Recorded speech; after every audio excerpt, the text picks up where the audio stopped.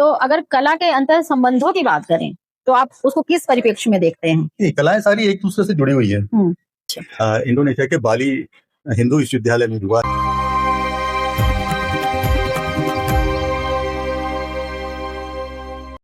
नमस्कार, स्वागत है आपका कला दृष्टि में।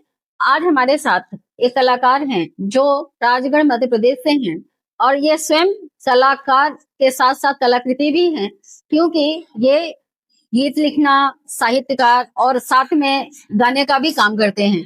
तो मैं कलाकारों के साक्षात्कार के सिलसिला में आपको रूबरू कराऊंगी बृजमोहन गौड़ जी से और उनसे ही जानेंगे उनकी कला यात्रा के बारे में, और इसके अलावा उनके और क्या विशेषताएं हैं इस पे वो स्वयं ही आपको बताएंगे। नमस्कार सर, स्वागत है आपका कला दृष्टि में। आज हमारे दर्शक जो हैं वो कला के अन्य विधाओं से भी जुड़े, इसके लिए मैं आपसे आपका धन्यवाद देती हूँ कि आप हमारे साथ हैं।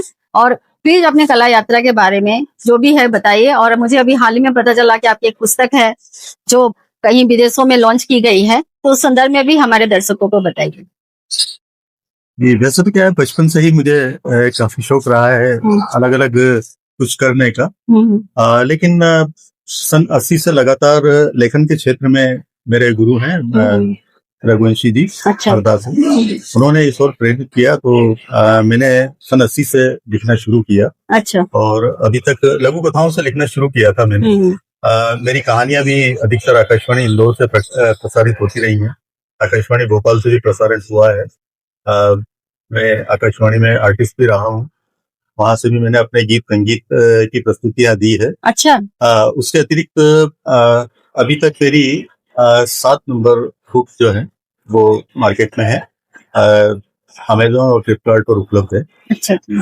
जिसमें एक बुक है लघु कथाओं की, जिसका अभी विमोचन हुआ है इंडोनेशिया में।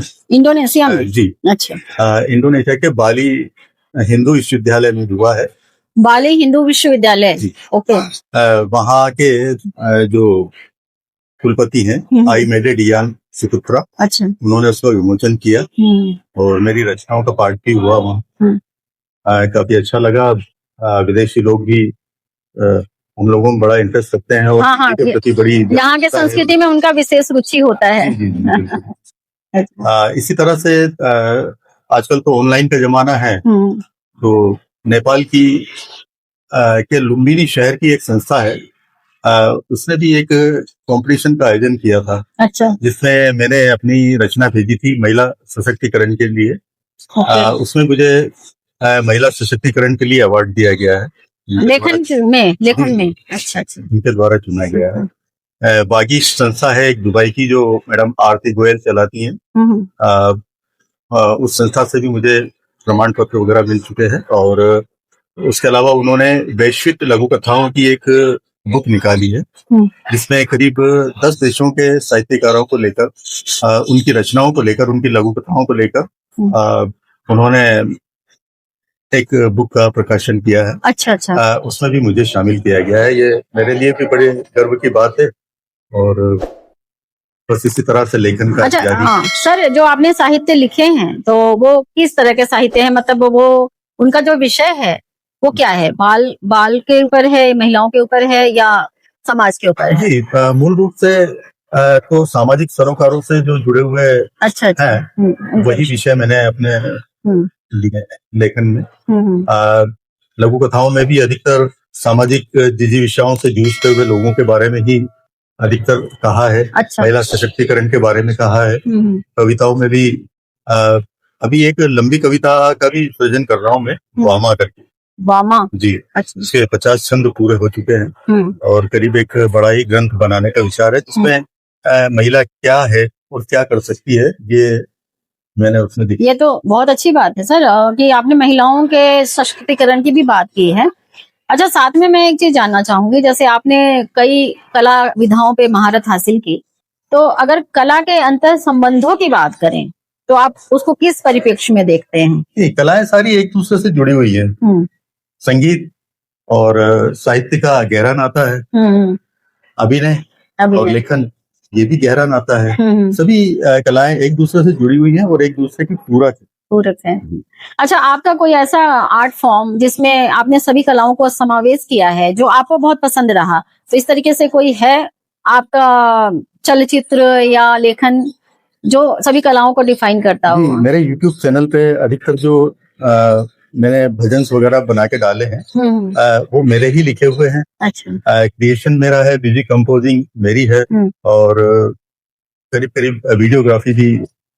अभिनय का भी आप पात्र भी उसमें है, स्वयं है? जी जी। अच्छा, तो सर ये आपका चैनल कौन से नाम से है? जी, मेरा चैनल मेरे ही नाम से है, ब्रिजमोहन गौड़। ब्रिजमोहन गौड़, तो वो समर्पित है कलाओं को? जी, कलाओं को समर्पित है। अच्छा। उसमें मैंने अपनी कुछ जो कहानियां आकाशवाणी इंदौर से प्रसारित हुई है वो भी डाली हुई। अच्छा अच्छा। और अपने बनाए हुए गीत भी मैंने गा के उसमें। अच्छा सर, बहुत अच्छी बात है।